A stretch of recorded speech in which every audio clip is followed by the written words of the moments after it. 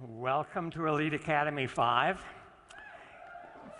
For those of you who have been to all 5 Elite Academies, the good news is you've almost qualified for a PhD degree. For those of you for whom this is your first Elite Academy, you're probably going to be wondering, what did I get into in about 10 minutes? To me, the science is a very important part. I think you all know that. And from the beginning of our MLM endeavors, I was committed and remain committed to teaching the distributors, educating all of you in the product that you're selling. I want you to understand it. I realize it's complicated. I realize it's hard for lay people to really get their arms around the science, but you guys have done an unbelievable job.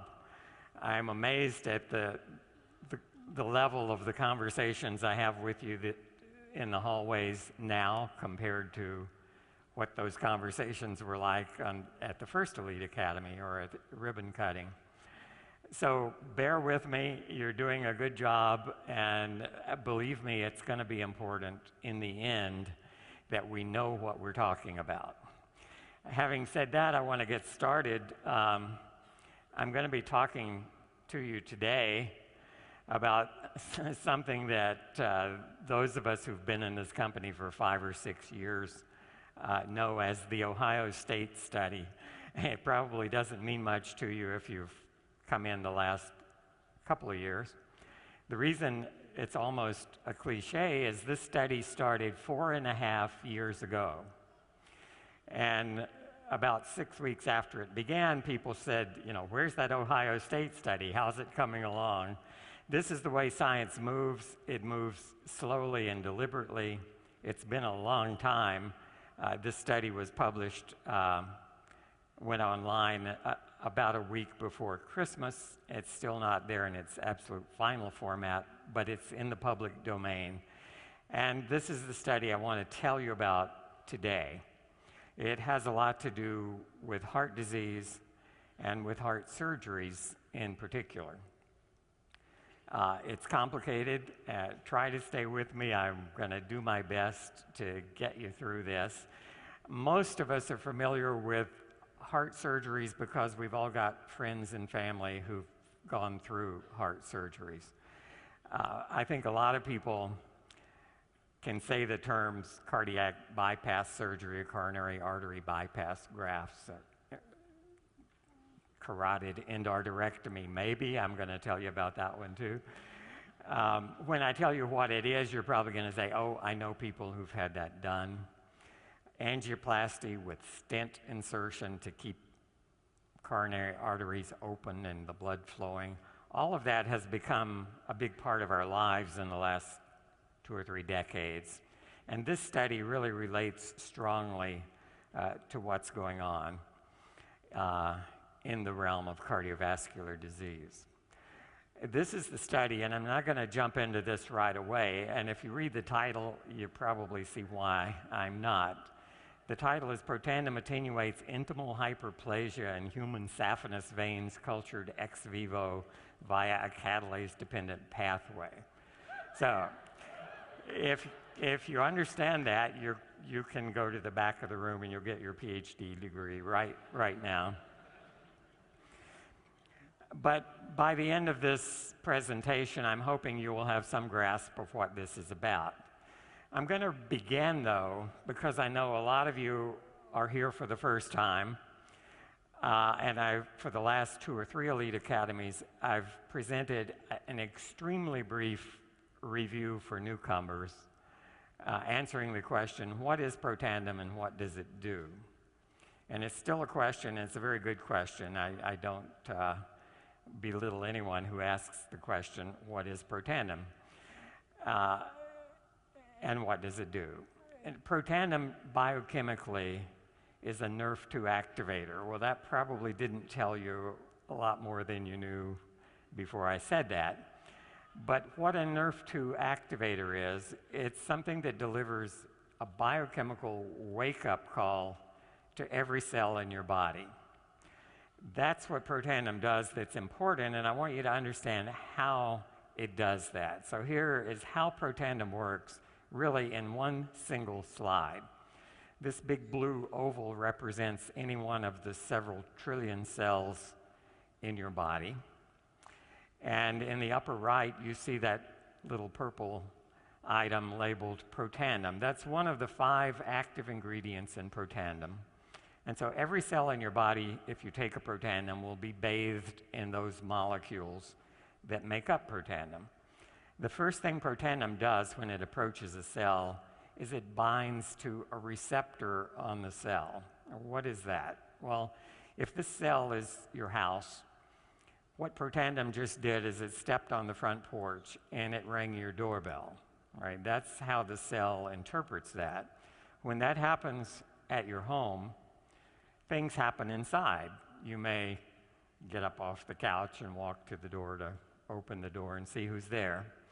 When protandem rings the doorbell of this cell, something happens inside. That oval labeled a kinase. A kinase is an enzyme. It's a protein that catalyzes a particular metabolic reaction. It's activated, just as the chimes inside your house are activated when protandem or someone steps on your front porch and rings the doorbell. Something happens inside. What that particular enzyme does, the one that just turned yellow, is it modifies a protein inside the cell. The protein that's modified is represented here by the little red oval labeled NRF2, NRF2. NRF2 is what biochemists call a second messenger. And to go back to the doorbell analogy, maybe your 4-year-old runs to the door, opens the door, and turns around, runs to the kitchen and says, "Mommy, Mrs. Smith's at the front door." That's a second message, all right? So Mrs. Smith rang the doorbell, and something happened inside your house that sends a message. Protandem does exactly the same thing. If you look at this red protein, it now has a little yellow circle with a P on it. That P is a phosphate group. So chemically, the red protein has been modified.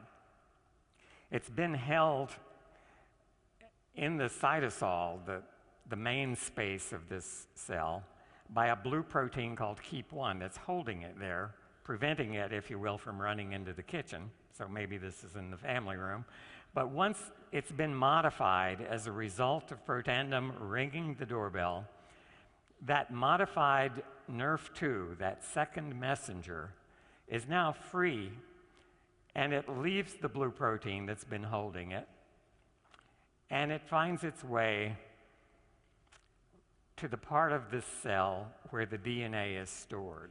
And the DNA is really the central blueprint that controls everything you are, everything your body can produce. And NRF2, chemically modified, released, running to the room where the DNA is stored, so this is your 4-year-old running into the kitchen, delivers a message to the blueprint that really runs this cellular household. The DNA is comprised of 25,000 genes, and they are blueprints that make every protein in your body, every enzyme in your body. This second messenger, NRF2, has been called the master regulator of survival genes. Survival genes are stress response genes. They enable this cell to get through tough times. Some of them are antioxidant enzymes, and we've talked about those from the beginning. When protandem started, what we thought it would do is upregulate, make more of 2 specific enzymes. And at the last Elite Academy, I showed you what we now understand about how it works and what it does. Protandem upregulates at least 400, maybe closer to 600 or 800 enzymes, not just the 2 we were originally interested in. Among those enzymes are survival genes of all kinds, not just helping you to survive oxidative stress, but helping you to survive traumatic stress. Cells get injured, they respond, organs get injured, blood vessels get injured. Today we're going to be talking about what happens when blood vessels are injured, and they can be injured by well-intentioned surgeons and physicians, and they respond in ways that can create problems for us. Problems not related to the original disease, but problems related to what happens next. When this messenger gets to the DNA, it finds every gene in the nucleus that's regulated by a certain kind of switch. Here it's labeled ARE. That's a switch. Every gene has a switch, just like every light fixture in your house has a switch. And the genes are expressed, their products are produced as that switch. It's sort of like a dimmer switch. As you turn it up, you get more production. You turn it down, you get less production from that particular blueprint. So protandem ringing the doorbell results in a reshuffling of those 25,000 blueprints in the nucleus of the cell. Hundreds of new gene products are produced, or more of them are produced.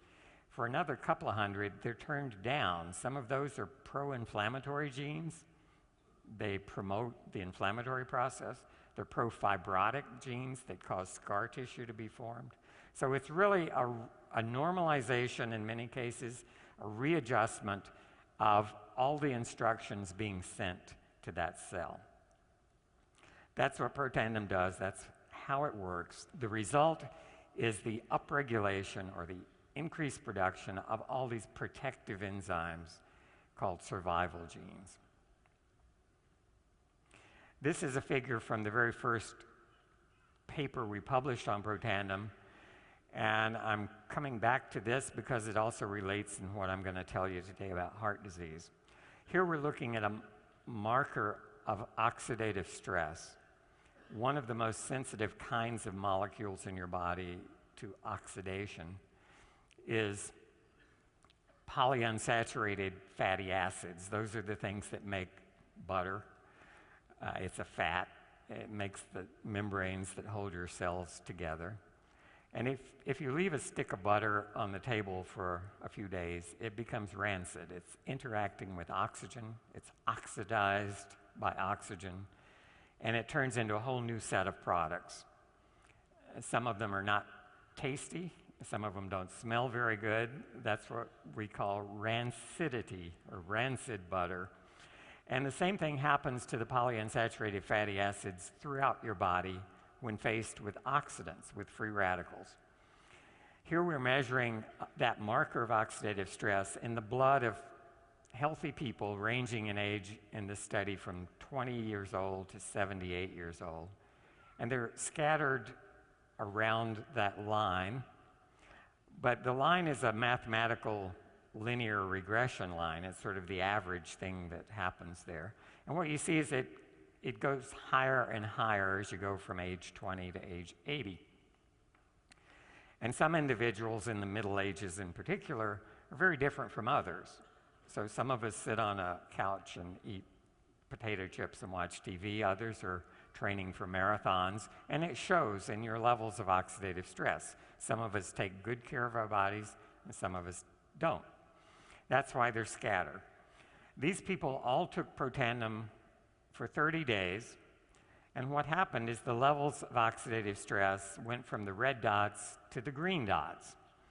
And if you look just at the green dots, you now can't really tell the 80-year-old from the 20-year-old. Everybody fell to that same low level of oxidative stress. And that's what we've been saying now for 6 years. And in this study, oxidative stress was lowered an average of 40%. If you were 78 years old, it went down about 70%. If you were 20 years old, it only went down about 20% because you were starting in a better place. All right, and what was measured here is called T-bars. That's an acronym for thiobarbituric acid reactive substances, not so important, but those are the oxidized chunks of polyunsaturated fatty acids. So is that relevant? Does T-bars mean anything? This paper was published in 2004, and it says serum levels, blood levels of T-bars, predict cardiovascular events in patients with stable coronary artery disease. And the conclusions down there found that it was an independent marker. It was actually a better predictor of cardiovascular events. I've said before, that's not an event you want to attend. It's not an event like this one. A cardiovascular event may be an attack of angina, chest pains upon exertion. It may be a myocardial infarct that takes you to your knees. It may be fatal. So there are a number of kinds of cardiovascular events.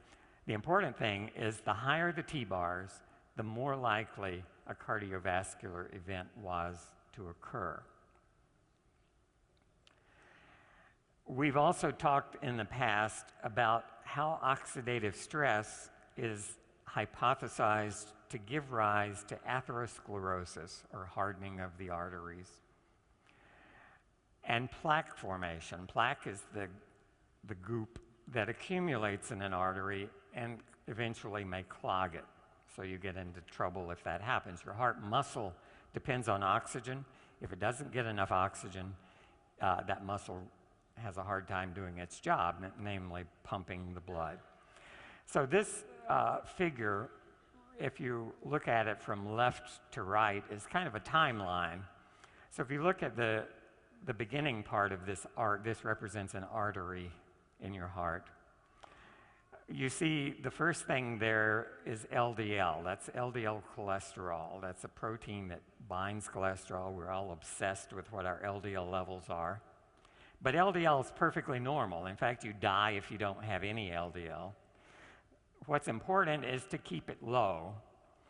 And why is that important? It's because if oxidative stress enters the picture, it leads, if you jump ahead a little bit, to oxidized LDL.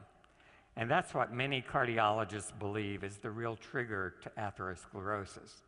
Also early on, you see those blue cells labeled monocytes. These are normal immune cells that can become inflammatory cells. And those monocytes recognize the oxidized LDL. So if free radicals are high, free radicals attack LDL, oxidize it. The monocytes eat that oxidized LDL. They actually fill up with little globules of it. And they become activated inflammatory cells, and the histologists call them foam cells, which you see later in the sequence, because they look foamy. There are all these little bubbles of oxidized LDL inside the cells if you look under a microscope. And those foam cells deposit in the vessel wall, and you see there's now this thickening yellow, ugly deposit. It contains foam cells, it contains oxidized LDL, and it slowly starts to occlude, to close in the lumen of the artery. The lumen is the part of a pipe that's open in the middle. That's where the water flows through. If the lumen closes down because there are deposits on the walls of a pipe, then that vessel becomes compromised.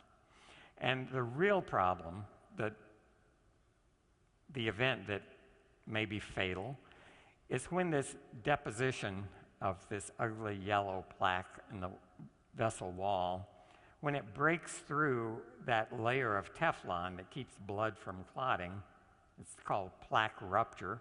So if that layer of cells is breached and plaque rupture occurs, you will get an instant thrombosis, a blood clot that forms right at that spot, and that big blood clot will completely occlude the artery, and it may be fatal.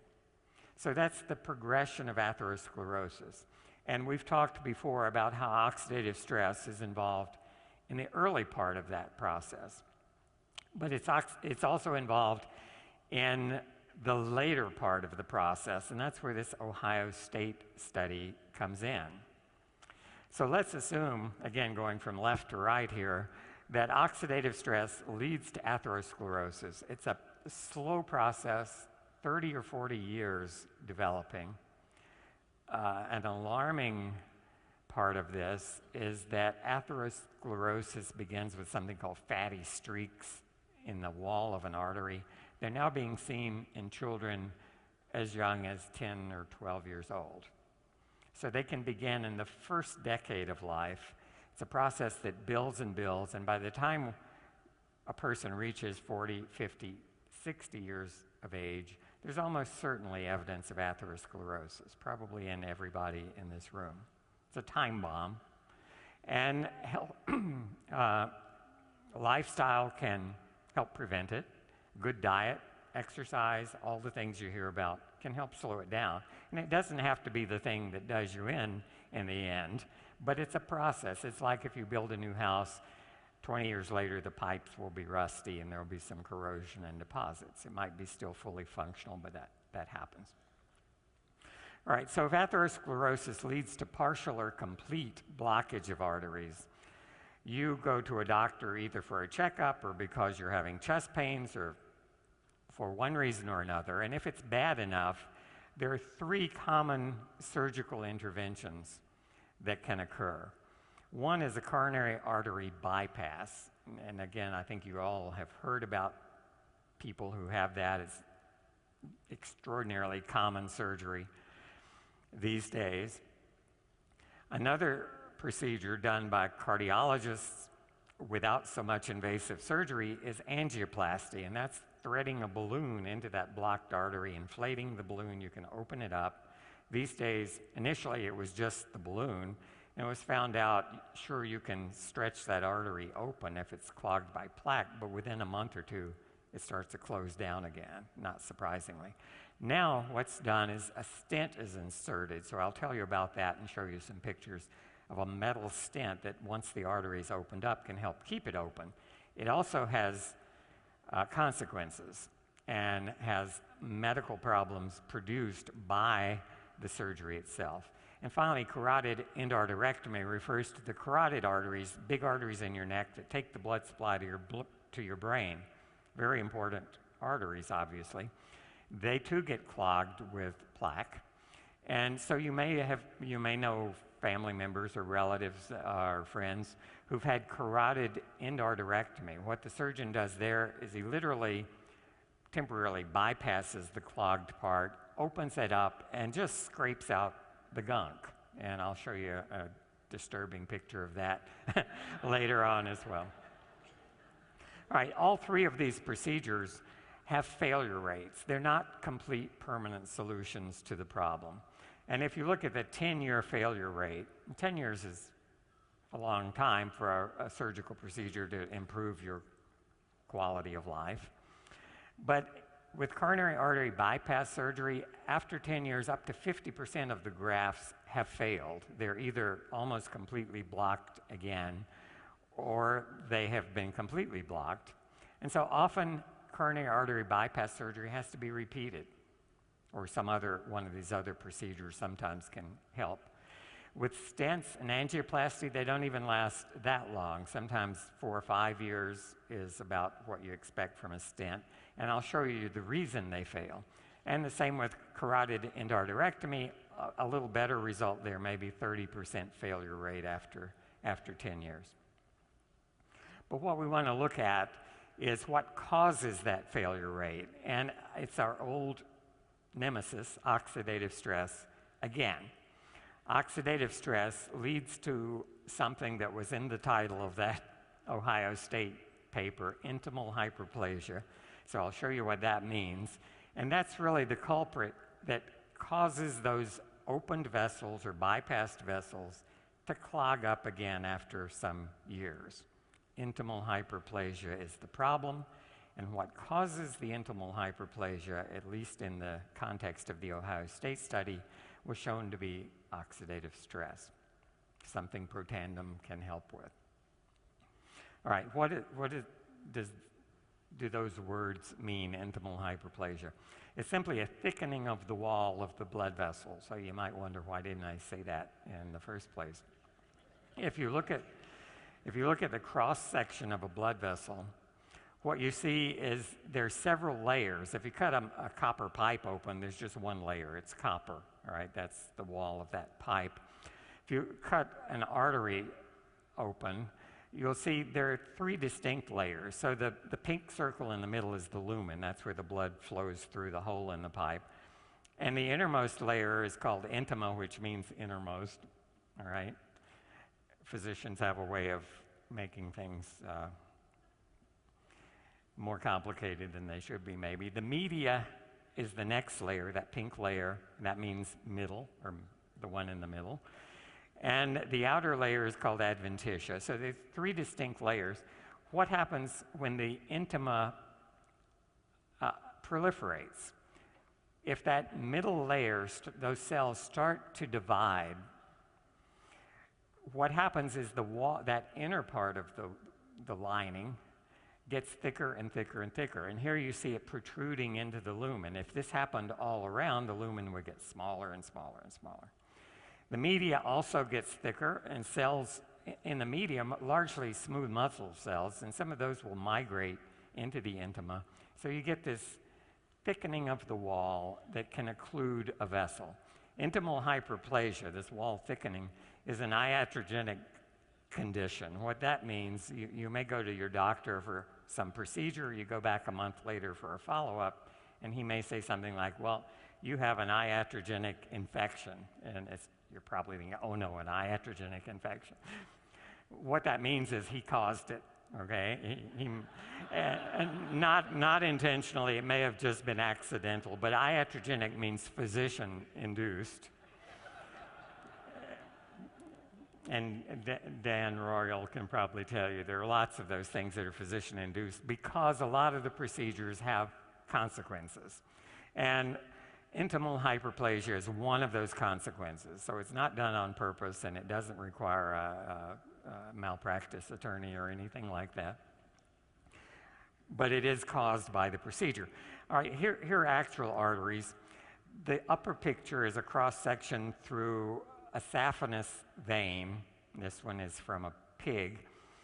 And you see those, it looks very much like the little diagram I showed you. So there's a big opening in the middle, that's the lumen. There's a dark intimal layer, a lighter colored media layer, and an adventitia around it. So that's a healthy vein on top. No intimal hyperplasia, a thin lining. And that vein normally lives in an environment where the oxygen concentration, that's what PO2 means, is about 25 torr. That's how we measure oxygen. So the oxygen level here is 25. That vein deals with taking used blood back to the heart. That's why it's got low oxygen content. But the vein is built to live in that environment. The vein at the bottom is same vein, saphenous vein from the same animal. And this section of the vein was cultured at high oxygen, 125, so it's 5 times higher. And that's close, that's a little higher than arteries see, but it's close. Arteries normally see 100 torr concentration of oxygen. So that's the difference between veins and arteries. Veins carry low oxygen blood, arteries carry high oxygen blood. And oxygen, believe it or not, is toxic. You may think oxygen is good for you, and it is good for you. You die if you don't have oxygen. But you might be surprised if we took a healthy young adult rat who's breathing here at sea level an atmosphere that's 20% oxygen, 21% oxygen. If we put that rat in a plastic box and we gave him 100% oxygen, which is only 5 times more than normal, in 72 hours that healthy animal would be dead because oxygen is that toxic. 5 times more would destroy his lungs and the animal would die. So when a heart surgeon, and I'm going to show you pictures of how this happens, takes a piece of a vein from your leg and uses it as new plumbing to go around an artery in your heart, he's asking a vein to do an artery's job, and it's going to see much higher oxygen than it's used to seeing. And it does a good job, but it pays a price and it suffers.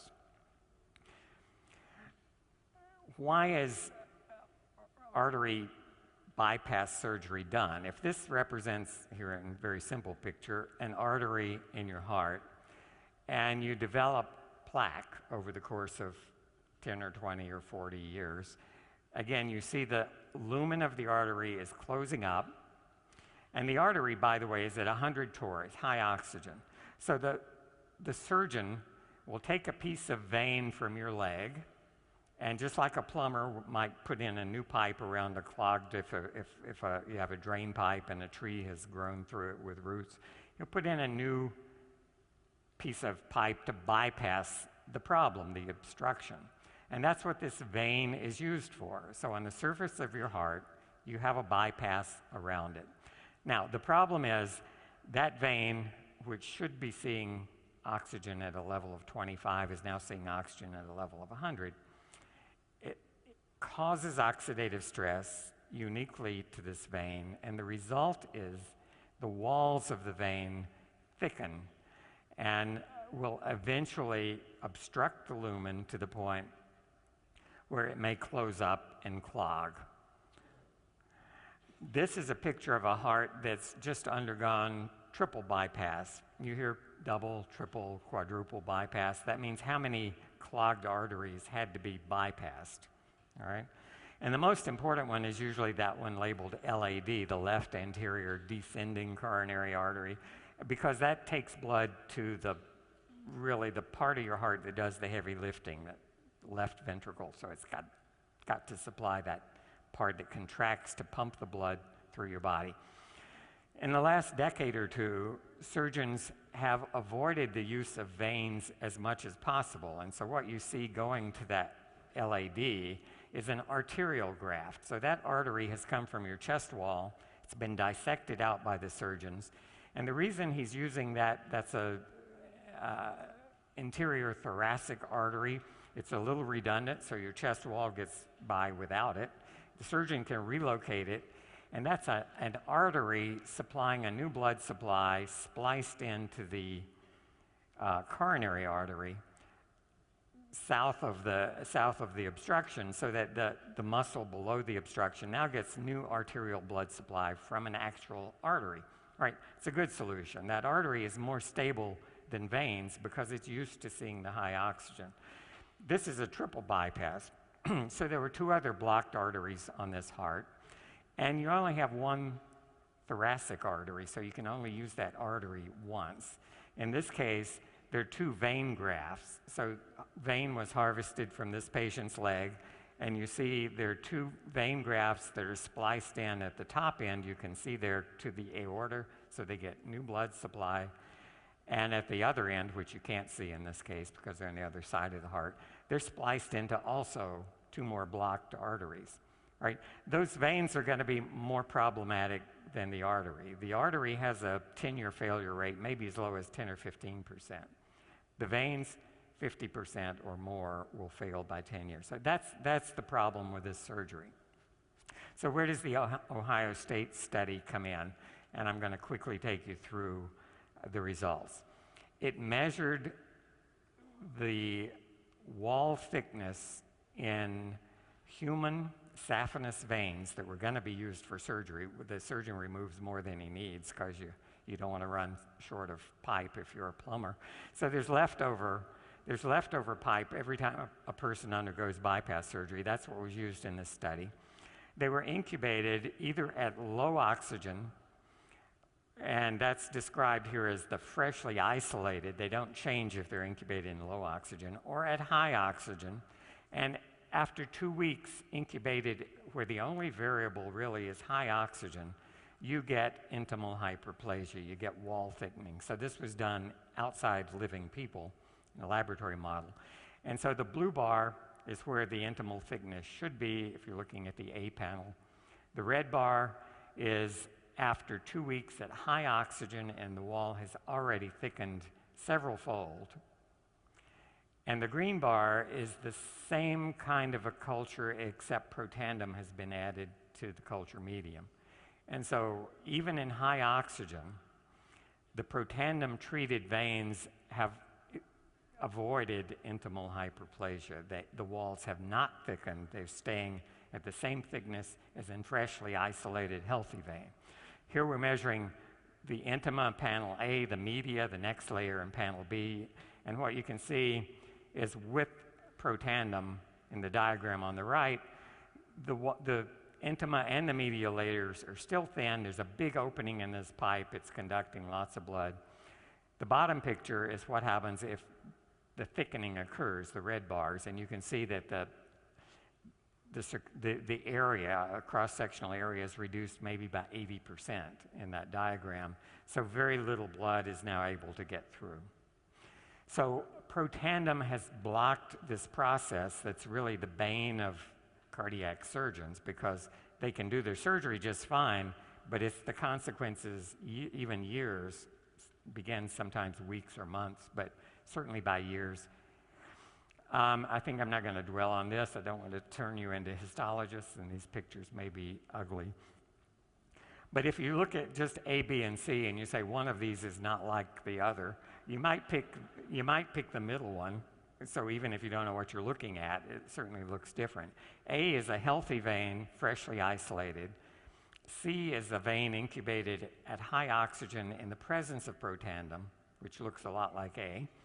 The one in the middle that looks bad, and it has, you can see there, a neointimal layer, and it's very thick, so there's a lot of vessel thickening happening there, prevented in C by Protandim. If you look at the number of cells that are actively dividing, again, freshly isolated, healthy vein, very few dividing cells, incubated in oxygen, where it's going to see it if it becomes an artery or a replacement for an artery. A lot of dividing cells. That's required for that wall to thicken. It takes more cells. They're multiplying and getting thicker and thicker. Protandim, the right bar, completely blocks that intimal thickening. If we measure free radical production in these veins, A, B, and C are again fresh vein. B is cultured at high oxygen, and C is high oxygen with Protandim. And what we're looking for is the red fluorescent stain. So you can see in the red one, in the A panel, very little evidence of free radical production. B, a lot of it. And C, incubated with Protandim for the 2-week period back to the A levels. So it's blocking free radical production by scavenging those radicals. They're quantified in the bars on the right, so in the color code is the same. Blue is healthy, red, high oxygen, green, high oxygen with Protandim. So again, we see the protection. This is looking at lipid peroxidation marker. This one is very closely related to T-bars, which was in our original study. It's a specific component of T-bars, 4-HNE. And again, look at the level of 4-HNE in the blue bar. That's healthy.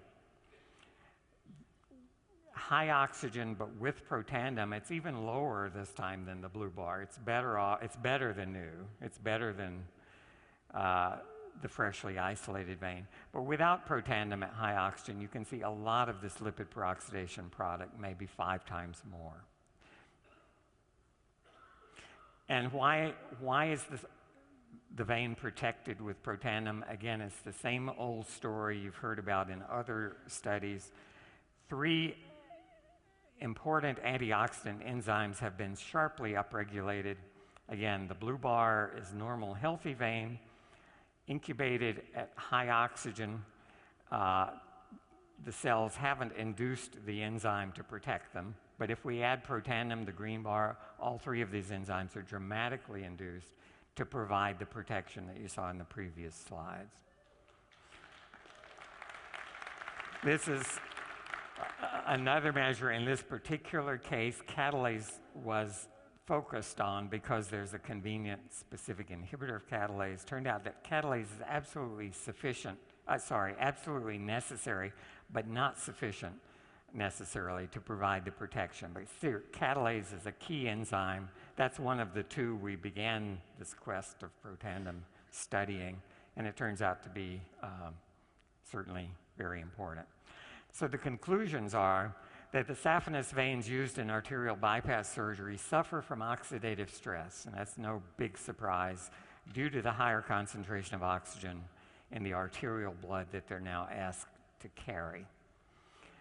As a consequence of the oxidative stress, intimal hyperplasia, or thickening of the wall, occurs, and that can eventually lead to reblockage or restenosis. You may have heard that term used. Restenosis simply means that what was blocked and opened up is now reblocked. And the important part for us, protandem prevented this wall thickening in saphenous veins cultured at high oxygen, suggesting that NERV2 activation may extend the life of arterialized veins in vivo. And I want to show, kind of out of time, but I want to mention angioplasty very quickly. This is a blocked artery, and you see it longitudinally and in cross-section with a big yellow plaque that's occluding part of the lumen. Here, a catheter has been threaded into up through the aorta and into the coronary arteries. And this is a very thin-looking wire, but it has an inflatable balloon on the end.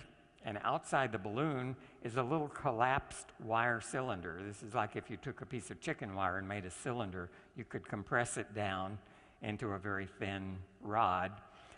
And if you inflate the balloon that's inside, you can expand that cylinder. So that's what the surgeon does. He locates this where the plaque is, inflates the balloon, and you can see that wire mesh cylinder now being inflated, expanded, and that holds the vessel open. Without that wire stent, that's what a stent is. Without the stent, the vessel would collapse when you deflated the balloon, or at least largely. And so here, after you expand the wire mesh, you deflate the balloon, pull it out, and now you've got an artery in the picture on the right in cross-section that has a wire cage holding that plaque against the wall, making sure there's a big lumen. The unfortunate part is this is 6 months later. These are from pigs, and on the left you see a lumen that is wide open, and those little black dots are actually the wires in cross-section of this stent that's been expanded.